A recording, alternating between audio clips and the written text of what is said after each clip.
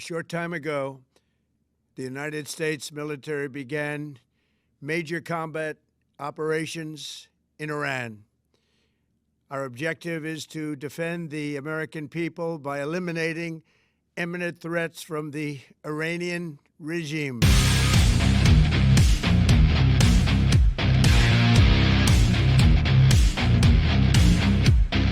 সব জল্পনা কল্পনার অবসান ঘটিয়ে ইরানে আক্রমণ শুরু করলো আমেরিকা বা আমেরিকা ইসরায়েল জোট বা আমেরিকার ল্যাপডগ ইসরায়েল এবং আমেরিকা।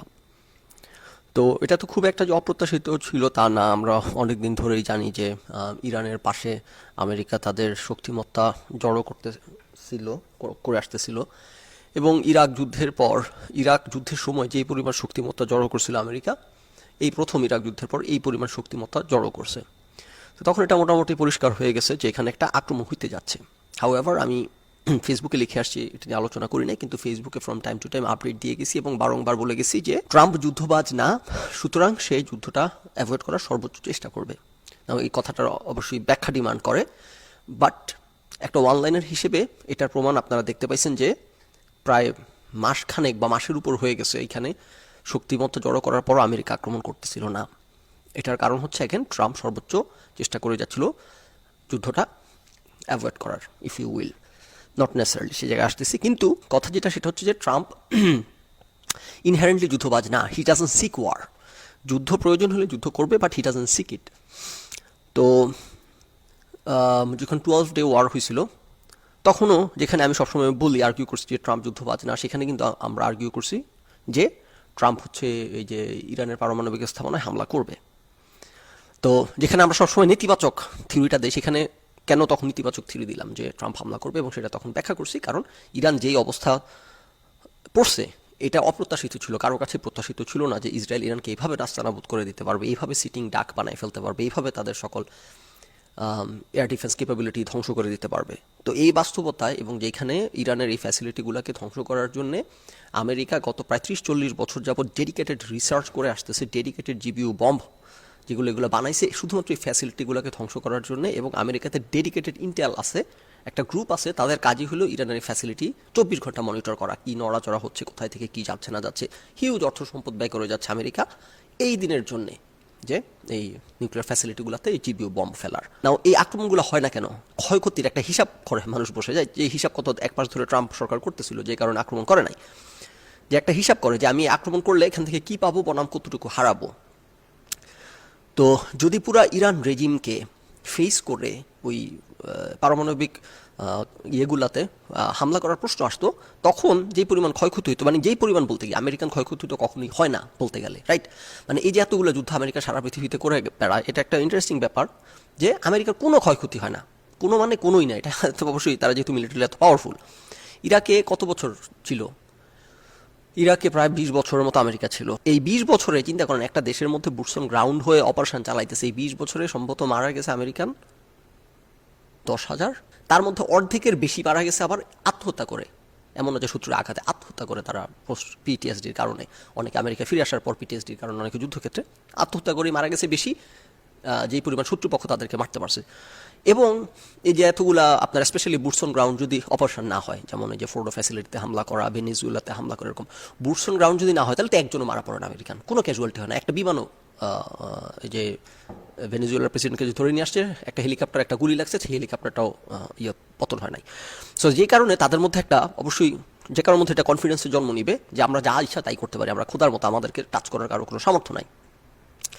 তো যেই কারণে যখন তারা এখানে আলোচনা করে যে আমাদের কি পরিমাণ ক্ষয়ক্ষতি হবে, এটা মানে এই না যে আমাদেরকে ইরান মাটির সাথে মিশিয়ে দিবে এই ভয় আমরা আক্রমণ করতেছি। এটার মানে এই যে আমাদের তো কখনো একজনও সেনাবাহিনী মারা পড়ে না এইসব অপারেশনে।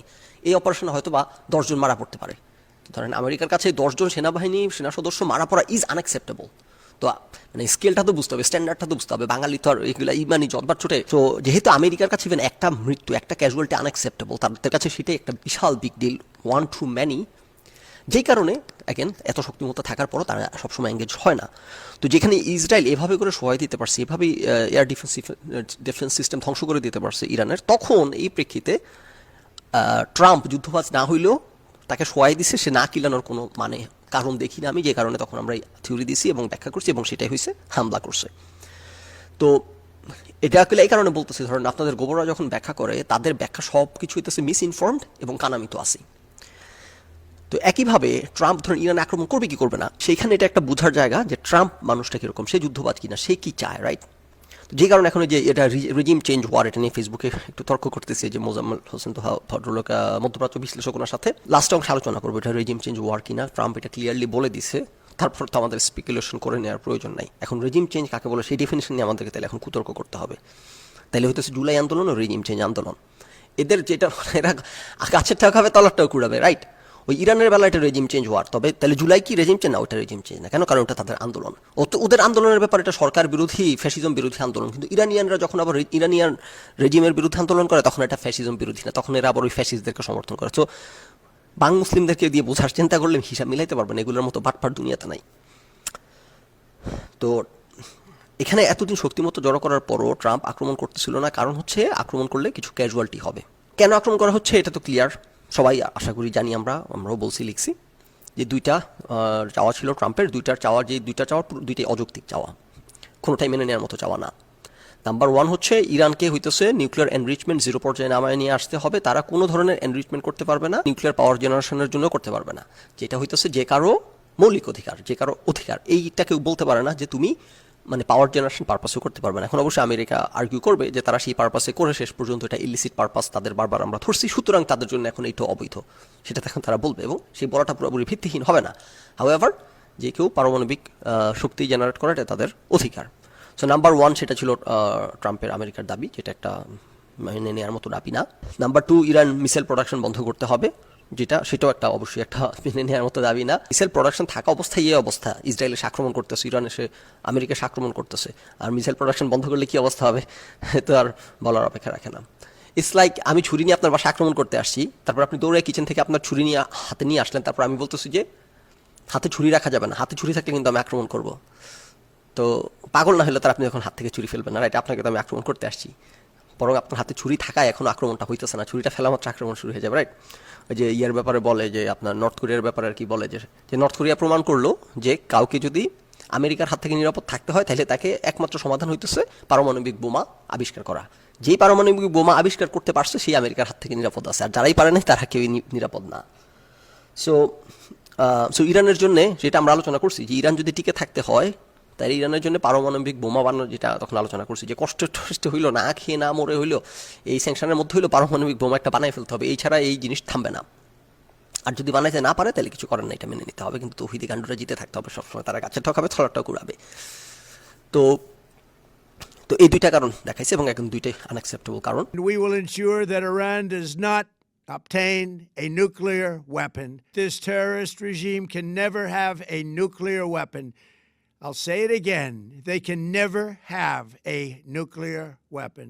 We're going to annihilate their navy. We're going to destroy their missiles and raise their missile industry to the ground. It will be totally, again, obliterated. তাও যেটা বলতেছিলাম যে ধরেন এই ধরনের হামলার ক্ষেত্রে যেহেতু আমেরিকার হয় না, কখনো কোনো ক্ষয়ক্ষতি হয় না, অলমোস্ট ক্যাজুয়ালিটি হয় না বললেই চলে, আনলেস এখন বুটস অন গ্রাউন্ড, এবং বুটস অন গ্রাউন্ড হওয়ার পর যেটা বললাম ইরাকে 20 বছর থাকার পর কয়েক হাজার মাত্র ইরানিয়ান আমেরিকান সৈন্য মারা গেছে, যার অর্ধেকই মারা গেছে হচ্ছে আত্মহত্যা করে, এটাকে টাচ করা যায় না। যেই কারণে এই যে হামলাটা হচ্ছে সেখানে আপনি দেখবেন যে ট্রাম্প যে স্পিচটা দেয় সেখানে ট্রাম্প কিছু কথা বলে, যে কথাগুলো প্রথমত সাধারণত কোনো ইউএস প্রেসিডেন্ট বলবে না, ট্রাম্প তো বলে ফেলে, রাইট?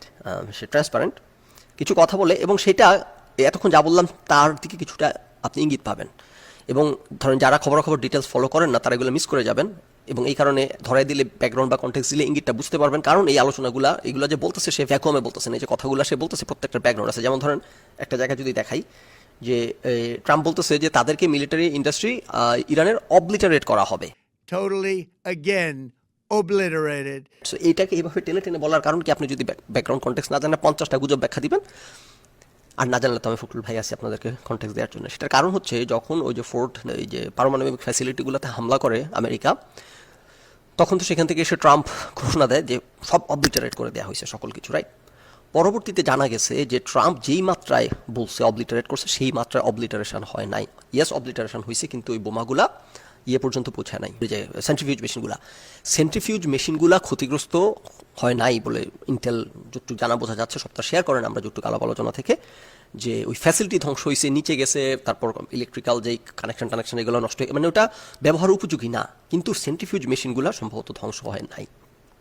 সো যে কারণে কমপ্লিট অ্যানিহিলেশন, অবলিটারেশন টার্ম যে টার্মগুলো ইউজ করছে, এই টার্মগুলো ইউজ করা যায় না। তো যেটা নিয়ে অনেক সমালোচনা হয়েছে পরবর্তীতে এটা নিয়ে, যে কমপ্লিট অবলিটারেশন হয় নাই। তো এখন ট্রাম্প তো তেরামি করতে হবে, সে যেহেতু একটা ঘোষণা দিছে একবার অবলিটারেশন হয়েছে, ওই ওই ওই তেরামি করার জন্য সে এখন আবার অ্যাগেন কমপ্লিট অবলিটারেশন এগুলো টেনে টেনে বলতেছে। এই হইতেছে ব্যাকগ্রাউন্ড, রাইট?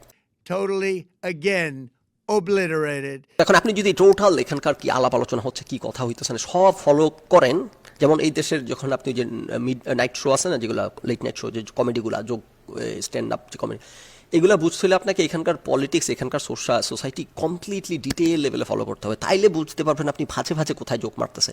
নাইলে আপনি কিছুই বুঝবেন না। আপনি প্রথমত শুনে ভাববেন যে এগুলো কি জোকের, তো কোনো ফানি কিছু হচ্ছে না, অথবা দ্বিতীয়ত আপনি শুনে ভাববেন যে সবাই হাসতেছে, কি কোনো একটা কারণ আছে, আমি কারণটা ধরতে পারতেছি না, মিস করে যাবেন, রাইট? ব্যাপারটা হচ্ছে এরকম। আপনি সারা বিশ্বের আপনি যদি ভূ রাজনীতি বুঝতে হয়, আপনাকে আমেরিকান রাজনীতি একেবারে পুঙ্খানুপুঙ্খরূপে বুঝতে হবে, কারণ সারা পৃথিবীর ভূ রাজনীতি নিয়ন্ত্রণ হয় আমেরিকার দ্বারা, বা ডিক্টেটেড হয় আমেরিকান দ্বারা, আমেরিকার পলিসি দ্বারা, রাইট? সো আপনি যতই হইতেছে কি বলে মিডল ইস্ট বিশেষজ্ঞ হন, অথবা মিডল ইস্টের রাজনীতি খেয়ে ফেলেন ভেজে, আপনি যদি আমেরিকান রাজনীতি বুঝতে না পারেন, তাহলে আপনি কোনো কিছু বুঝতে পারবেন না ঠিক করে। না, ওই যে কথাটা বললাম যে ট্রাম্প একটা কথা যেটা কেউ বলে না, কোনো প্রেসিডেন্ট বলবে না, ট্রাম্প এটা বলে যে এই অভিযানে আমেরিকান সেনাদের হয়তো জীবন যাবে এবং অনেকে আহত হবে। The lives of courageous American heroes may be lost and we may have casualties. We ask God to protect all of our heroes in harm's way, and we trust that with His help, the men and women of the armed forces will prevail. We have the greatest in the world, and they will prevail.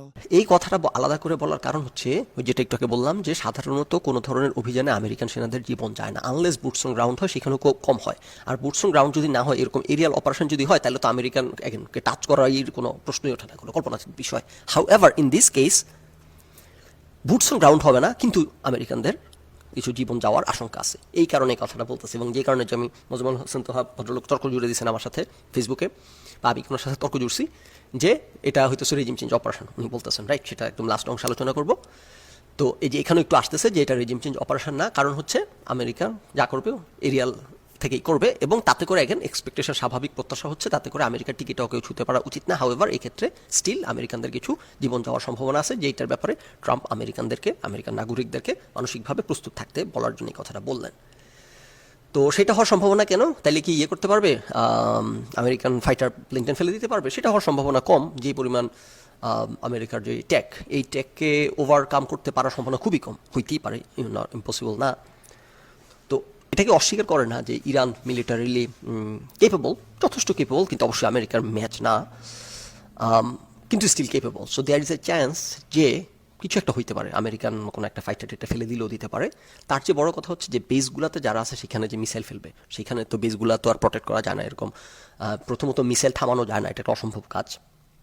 দ্বিতীয়ত ইসরায়েলের মতো দেশে যেখানে third আমেরিকার পৃথিবীর সেরা anti missile system third deploy করা আছে, আয়রন ডোম ডিপ্লয় করা আছে, তারপর ওই যে ডেভিড স্লিং ডিপ্লয় করা আছে, এত কিছুর পরও মিসাইল কিন্তু থামানো যায় না। এবং ইরানের মিসাইল তো পৃথিবীর সবচেয়ে সফিস্টিকেটেড না, খুব ভালো মিসাইল, পৃথিবীর সবচেয়ে সফিস্টিকেটেড না, রাইট? সো আমেরিকা ইসরায়েলের পৃথিবীর সেরা টেক দিয়েও ইরানের মিসাইল থামানো যায় না।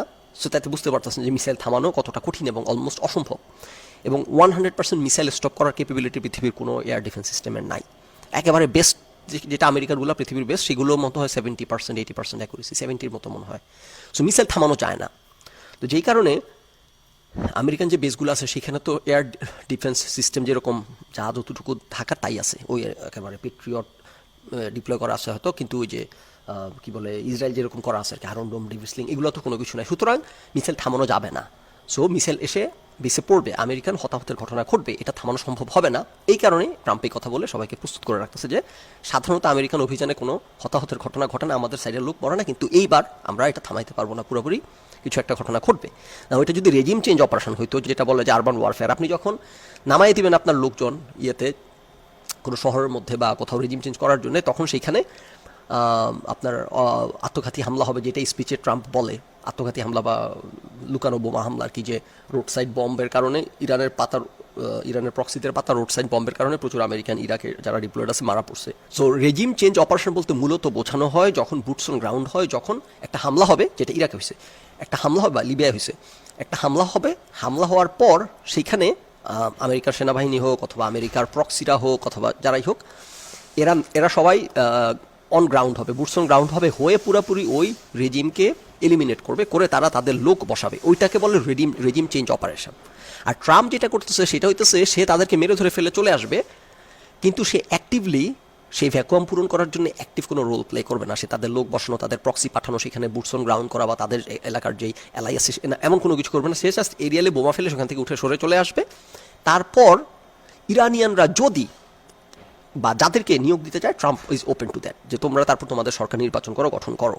ট্রাম্পের কথাগুলো খুব ভালো করে শোনেন, খুব মনোযোগ দিয়ে শোনেন, কেটে কেটে এক জায়গায় করতেছি, যে সে ক্লিয়ারলি এই কথাটা বলে দেয় যে আমরা যা করা করে দিচ্ছি, আমরা শোয়াই দিচ্ছি, তোমাদের রেজিমের 12টা বাজাইতেছি, এদেরকে সবাইকে করা হবে, সব মেরে নাস্তানাবুদ করা হবে, তারপর তোমাদেরকে ফাঁকা মাঠ করে দিব আমরা, তারপর সেই ফাঁকা মাঠে তোমরা গোল দিবা কি দিবা না, কাকে বসাবা এটা তোমাদের বিজনেস, আমরা তারপর সেটা নিয়ে মাথা ঘামাবো না, কিন্তু তোমাদেরকে মাঠ ফাঁকা করে দিয়ে আসতেছি। To the members of the Islamic Revolutionary Guard, the armed forces, and all of the police, I say tonight that you must lay down your weapons and have complete immunity, or, in the alternative, face certain death. Finally, to the great proud people of Iran, I say tonight that the hour of your freedom is at hand. When we are finished, take over your government. It will be yours to take. This will be probably your only chance for generations. For many years, you have asked for America's help, but you never got it. No president was willing to do what I am willing to do tonight. Now you have a president who is giving you what you want. So let's see how you respond. America is backing you with overwhelming strength and devastating force. Now is the time to seize control of your destiny. This is the moment for action. Do not let it pass. So এটা কোনোভাবেই regime change operation না। এবং ট্রাম্পকে internally এই যে এতদিন ঘটনা বিশ্লেষণ আমরা তো আলাপ আলোচনা শুনতেছি যে কী কারণে এত ডিলে হয়েছে, এত লেট হয়েছে আক্রমণ করতে, রাইট? সো এবং আক্রমণের ক্যাপাসিটি কতটুকু থাকা উচিত। তো ট্রাম্পকে ইন্টারনালি যারা ওয়ার হক আছে, অ্যাডভাইজর, এরা অনেক দিন ধরে কান পড়া দেওয়ার চেষ্টা করতেছে রেজিম চেঞ্জ অপারেশন করার জন্য। এটা একটা সুযোগ, এটা একটা জেনারেশনসের মধ্যে একটা সুযোগ, এখনই সময়। কিন্তু ট্রাম্প ক্লিয়ারলি রেড লাইন টেনে দিছে যে রেজিম চেঞ্জ ট্রাম্প করবে না। এটা ট্রাম্পের ফিলোসফি না। পৃথিবীর কোথাওই রেজিম চেঞ্জ অপারেশন করা ট্রাম্পের ফিলোসফি না। মানে আমেরিকার ক্ষয়ক্ষতি করে আমেরিকার সেনাবাহিনীর জীবন হুমকির মুখে ফেলা, কারণ রেজিম চেঞ্জ করতে গেলে যেটা কেন আপনাকে বুটস অন গ্রাউন্ড করতে হবে, আমেরিকার সেনাবাহিনীর জীবন হুমকি, এগুলো করার প্রতি ট্রাম্পের আগ্রহ নাই। আপনার গ্লোবাল হেজিমন হওয়ার কারণে হেজিমনি ধরে রাখার প্রশ্নে তো কিছু করতেই হবে, কিন্তু এখন আমেরিকানদের জীবন অর্থ মিনিমাম রাখার প্রতি ট্রাম্পের হইতেছে। এই যে আপনার ইউক্রেনের মধ্যে বাইডেন সরকার বিলিয়ন ডলার, শত বিলিয়ন ডলার দিয়ে যাচ্ছিল এবং আমেরিকান মোতায়েন করবে কিনা এরকম আলাপ শুরু হয়ে গেছে এবং যত রকম পান্ডামি ছিল করে বেড়াচ্ছিল, ট্রাম্পে সেটা পুরোপুরি বন্ধ করে দিচ্ছে, রাইট? সো পার্থক্যগুলো বুঝতে হবে। সব এক জায়গার মধ্যে করে ঘুটুনি দিলে এত গান্ডুগিরি করলে হবে না। এখন হচ্ছে যে এটা যদি রেজিম চেঞ্জ অপারেশন হয়, কারণ যেখানে ট্রাম্প শুরুতে একটা কথা বলে এইভাবে, এই ভাষায়, যে আমাদের অবজেক্টিভ হচ্ছে রিমুভ করা imminent threat from Iranian regime. Our objective is to defend the American people by eliminating imminent threats from the Iranian regime. এটাকে অনেকে মুসলিম এভাবে ইন্টারপ্রিট করতেছে, এটার মানে রেজিম চেঞ্জ অপারেশন। যেখানে ট্রাম্প ক্লিয়ারলি বলে দিচ্ছে এটা রেজিম চেঞ্জ অপারেশন না, সেখানে এই একটা কথা যেটাকে 50 ভাবে ব্যাখ্যা করা যায় সেটা থেকে প্রমাণিত হয়ে গেছে ক্লিয়ারলি এটা রেজিম চেঞ্জ অপারেশন না। এটা ক্লিয়ারলি প্রমাণিত হয় নাই। এই কথাটার মানে হচ্ছে, আমরা একটু শুরু থেকেই দেখছি আমেরিকা দুইটা অবজেক্টিভ ঘোষণা করছে এই যুদ্ধের। কি রেজিম চেঞ্জ করার? না, সেটা না, ক্লিয়ারলি বলে দিচ্ছে। একটা হচ্ছে পারমাণবিক বোমা বানাইতে পারবে না বা ইউরেনিয়াম এনরিচ করতে পারবে না, আর দুই হচ্ছে মিসাইল প্রোডাকশন থামাইতে হবে। এই দুইটা হচ্ছে যুদ্ধের অবজেক্টিভ। অ্যাগেন রেজিম চেঞ্জ না, এগুলা বাঙালি ঢুকাইতেছে না। তো এই দুইটা অবজেক্টিভের পর তাহলে এই যে আরেকটা কথা বলছে, আমাদের এখানকার অবজেক্টিভ হচ্ছে রিমুভ করা immediate threat from Iranian regime. তার মানে কি? তার মানে হচ্ছে ওই দুইটা থ্রেট রিমুভ করা, পারমাণবিক বোমা এবং মিসাইল। এই দুইটা ইরানিয়ান রেজিমকে এলিমিনেট করা না, ইরানিয়ান রেজিমের কিছু থ্রেটকে, ইরানিয়ান রেজিম থেকে আসা কিছু থ্রেট, একটা হচ্ছে পারমাণবিক বোমা, একটা হচ্ছে লং রেঞ্জ মিসাইল স্টক, না আরেকটা হচ্ছে ইরানিয়ান রেজিমের কিছু লিডারশিপ, সেটাকে এলিমিনেট করাও এই যুদ্ধ, এটার অবজেক্টিভ, যেটা এখন ঘোষিত। এবং অ্যাগেন সেটা রেজিম চেঞ্জ করা না নেসারলি, কারণ যেটা আপনার ভেনেজুয়েলাতে করছে, প্রেসিডেন্টকে তুলে নিয়ে আসছে, তাদের মন্ত্রী পরিষদ সব আগেরগুলাই আছে। সো রেজিম চেঞ্জ করতে হলে এখন এগুলো কেন এতবার বলতে হয় ব্যাখ্যা করতে, এটা হচ্ছে দুঃখজনক। রেজিম চেঞ্জ করার মানে হচ্ছে আপনি সেখানে যাবেন, আপনি পুরো রেজিমকে এলিমিনেট করবেন, করে আপনি নিজে অ্যাক্টিভলি নিজের পাপের যেটা ইরাকে করছে বসাবেন, তারপরে এটা হচ্ছে আপনি অ্যাক্টিভলি রেজিম চেঞ্জ করতেছেন, রাইট? সো এই কথা বলার মাধ্যমে সে বুঝাইছে যে ইরানিয়ান রেজিমের কিছু এলিমেন্ট যেগুলো আমেরিকার জন্য থ্রেট, মিসাইল, নিউক্লিয়ার বোমা এবং তাদের লিডারশিপের কিছু যারা কথা শোনে না বা যারা এইগুলো করতেছে আর কি মিসাইল বানানো বা নিউক্লিয়ার বোমা বানানো তাদেরকে সরাই দেয়া, এটা হইতেছে যেটুকু। আর তারপর সরাই দেওয়ার পর এখন ইরানিয়ানরা সেখানে টেক ওভার করবে, এটা হচ্ছে অবজেক্টিভ এখানকার। নাও এগেন বাঙালি মুসলিম পছন্দ হবে না, কুতর্ক করতে চলে আসবে কমেন্ট সেকশনে যে তাহলে এটা তো এটাই রেজিম চেঞ্জ। ওকে, তো এটাই যদি তো রেজিম চেঞ্জ হয় তাহলে আমার এটা বুঝা, যেটা শুরুতে বললাম, তাহলে জুলাই অভ্যুত্থান কেন রেজিম, আমেরিকার রেজিম চেঞ্জ অপারেশন যখন আইয়ে বলে শেখ হাসিনা বলে ওটা তোদের পছন্দ না কেন? তোরা বদমাইশ গাছের ঠকাবি তরল টক করে ওটার সাথে এটা পার্থক্য কি? জুলাই অভ্যুত্থানে সফল হইতো না যদি না অনেকগুলো এলিমেন্ট, এবং যেটা শেখ হাসিনা বলে আসতেছে যার কোনোটাই ভিত্তিহীন না, এগুলো তো শেখ হাসিনার আমল থেকে বলে আসতেছি এবং গুজববাজরা তখনও গুজব করছে। শেখ হাসিনা ক্ষমতায় থাকা অবস্থায় বলতেছিল এবং অনেকগুলো পর্ব কিন্তু ভেঙে ভেঙে ভেঙে ভেঙে প্রত্যেকটা আলো এখন যা বলতেছি সব দেখানো হয়েছে আপনাদেরকে, যে শেখ হাসিনা সংসদে বলতেছিল যে আমেরিকা একবার যার পেছনে লাগে তার পক্ষে ক্ষমতায় থাকা সম্ভব না, এবং আমেরিকা হাসিনা রেজিমের পেছনে লাগছে এবং হাসিনার পতন হবে। তো সেটাই তো হয়েছে, হাসিনার পতন হয়েছে, এবং এটার পেছনে আমেরিকার হাত থাকা খুবই বাস্তবিক এবং কিছুটা তো ছিল আমরা জানি। এবং আমরা দেখলাম যে এই প্রথম মিলিটারি শেখ হাসিনা রেজিমের বিরুদ্ধে একটা অবস্থান নিয়ে শেখ হাসিনাকে দেশ ছাড়া করলো, এবং মিলিটারি ভূমিকা নিচ্ছে আমরা জানতে পারতেছি। ইউনাইটেড নেশনস থেকে বলা হচ্ছে, ইউনাইটেড নেশনস থেকে ক্লিয়ারলি বলে দেওয়া হয়েছে বাংলাদেশ সেনাবাহিনীকে যে তারা যদি রাস্তায় গুলি করে, নাগরিকের উপর গুলি চালায়, তাইলে হচ্ছে তারা ইউনাইটেড নেশনসের শান্তি মিশনে আর বাংলাদেশ সেনাবাহিনীকে নিবে না। এই কথা বলার পর তারপর বাটপার বাঙালির মধ্যে কি নৈতিকতা বোধ, সেনাবাহিনীর মধ্যে রেশনের চাল খেয়ে লেফট রাইট করা বাটপারদের মধ্যে এতদিন পর প্রবল নৈতিকতা বোধ জাগ্রত হয়েছে কেন? কারণ তাদের হালুয়া রুটির ভাগে টান পড়ে গেছে। সেটা তো আমেরিকায় তেলে রেজিম চেঞ্জ করে দিছে। কারণ আমরা এখন পর্যন্ত একটা এলিমেন্ট জানতে পারতেছি যে জাতিসংঘ থেকে চাপ দিছে, জাতিসংঘের সবচেয়ে বেশি বাজেট আসে আমেরিকার, জাতিসংঘ আমেরিকার পাপেট, রাইট? এগুলো তো সারা বছর মুসলিম ওরা বইলা বেলায় বুঝছেন, কিন্তু এদের কখন যে কীভাবে ব্যাখ্যা পছন্দ হবে। ইউনাইটেড নেশনস আমেরিকার পাপেট, ইউনাইটেড নেশনস আমেরিকার কথা মতো উদ্বোস করে, ইউনাইটেড নেশনস বলে দিল বাংলাদেশ সেনাবাহিনীকে যে ইয়েদের উপর গুলি চালানো যাবে না। তারপর এই রেজিমের পতন হইল। শেখ হাসিনা এতদিন ধরে বলে আসতেছে যে আমার কাছে সেন্ট মার্টিন চাইছে অ্যাক্সেস, আমেরিকান সরকার আমি দিতে রাজি হই নাই দেখে তারা আমাকে সরাই দিতে পারে, এবং নানান রকম ইঙ্গিত সপ্তাহ নিশ্চয়ই শেয়ার করতে পারে না, কিন্তু বারবার ফুসফুস করতেছিল জুলাইয়ের আগে কিন্তু শেখ হাসিনা যে আমেরিকা যার পেছনে লাগে তার পক্ষে ক্ষমতায় থাকা সম্ভব হয় না, এবং আমার পেছনে আমেরিকা লাগছে। এবং সো এটা সন্দেহের অলমোস্ট অবকাশ নাই যে এখানে আমেরিকান ইনভলভমেন্ট ছিল।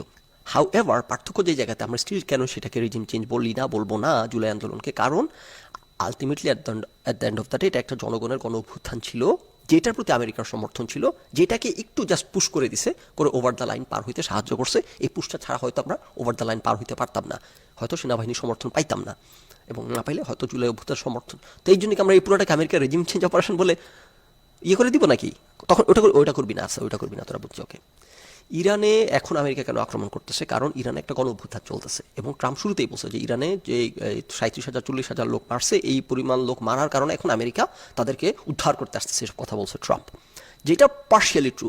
কারণ সে টাইম করছে এই ইরান অপারেশন, আমি ইরাক বলতেছিলাম, সরি, সে ইরান অপারেশনটা টাইম করছে এমন একটা টাইমে যখন ইরান একটা গণ অভ্যুত্থান চলতেছিল, এবং সে বারবার বলছে help is coming, help is on the way, ইরানিয়ানদেরকে বলছে, এবং এখনও বলছে যে তোমাদেরকে আমি হেল্প করে দিয়ে গেলাম, এখন তোমরা তোমাদের সরকার কি বসাবা না বসাবা তোমাদের ব্যাপার এটা।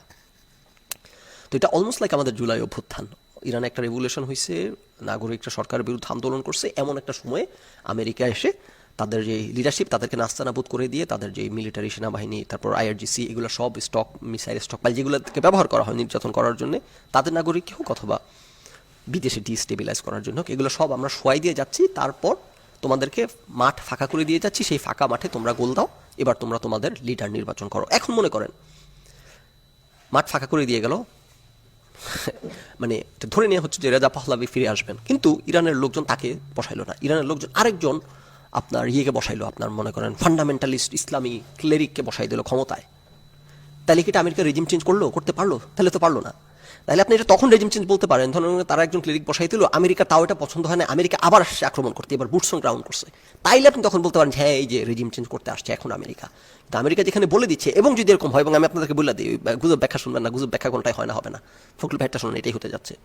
যেহেতু ট্রাম্পের গোল রেজিম চেঞ্জ করার না, সুতরাং এই খামেনি সরকারকে, খামেনি অ্যাডমিনিস্ট্রেশন বলা উচিত না, খামেনি রেজিমকে, যেহেতু কোনো ভোটটা না, এই খামেনি রেজিমকে সরানোর পর তারপর যেই ক্ষমতায় আসবে সে যদি আবার আরেক আপনার ফান্ডামেন্টালিস্ট হয়, ইসলামিস্ট ফান্ডামেন্টালিস্টও হয়, ক্লেরিকও হয়, I will be very surprise যে ট্রাম্প যদি আবার তাকে সরানোর জন্য আসে। এগেন ট্রাম্প এটাই বলছে যে তোমরা যার ইচ্ছা তোমরা সিলেক্ট করো, আমি আর এটার মধ্যে নাই ভাই, তোমাদের ফাঁকা মাঠ করে দিয়ে গেলাম, এবার তোমরা গোল দাও। কারণ এগেন সেটা রেজিম চেঞ্জ করতে গেলে, আবার বুটস অন গ্রাউন্ড করতে গেলে আমেরিকান মানুষজন মারা পড়া, আমেরিকান সেনাবাহিনী মারা পড়া, সেইটা ট্রাম্পের ইয়েতে না।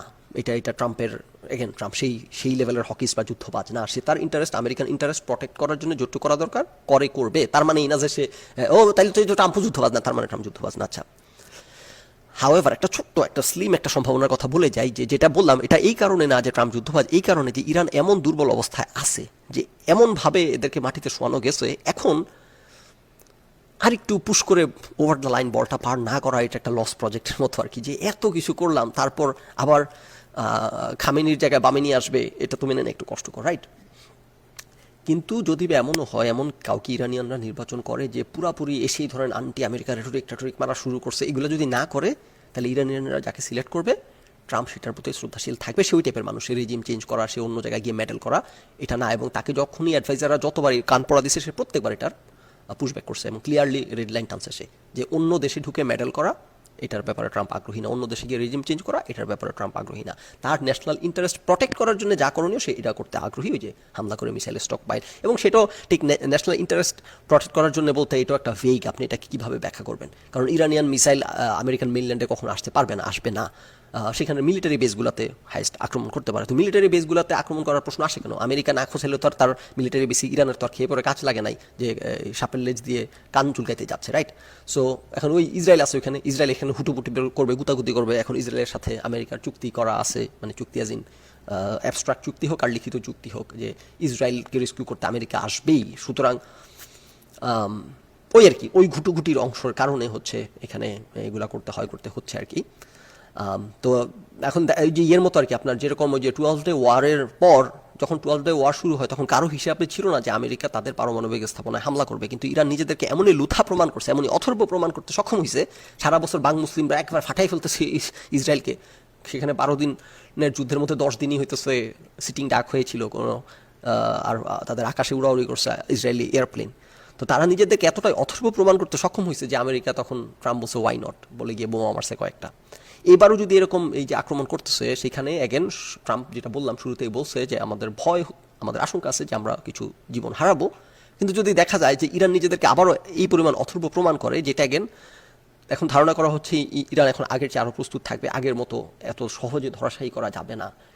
আবারও যদি ইরান বাং মুসলিমের বিশ্বসেরা দেশটি যদি আবারও নিজেদেরকে এরকম লুথা প্রমাণ করে, কোনো ধরনের প্রতিরোধ করে তুলতে না পারে, তারপর যদি ট্রাম্পের মাথায় আবার বুদ্ধি ঢোকে যে রেজিম চেঞ্জের তো চিন্তা ছিল না, কিন্তু এগুলো এমনই লুথা, আমার তো কোনো আমেরিকান সেনাবাহিনীরও জীবন যাচ্ছে না, আমার কোনো অ্যাসেটও ধ্বংস হলো না, একটা বিমানও ফেলতে পারলো না, একটা আমাদের মিলিটারি তো হামলা করে একটা মানুষও মারতে পারলো না, যদি কিন্তু পুরাই লুথা, তাহলে রেজিম চেঞ্জ করবো না কেন, ওইটাও করে আসি, সেটা হইলে ভিন্ন কথা। কিন্তু ট্রাম্পের অবজেক্টিভ রেজিম চেঞ্জ না।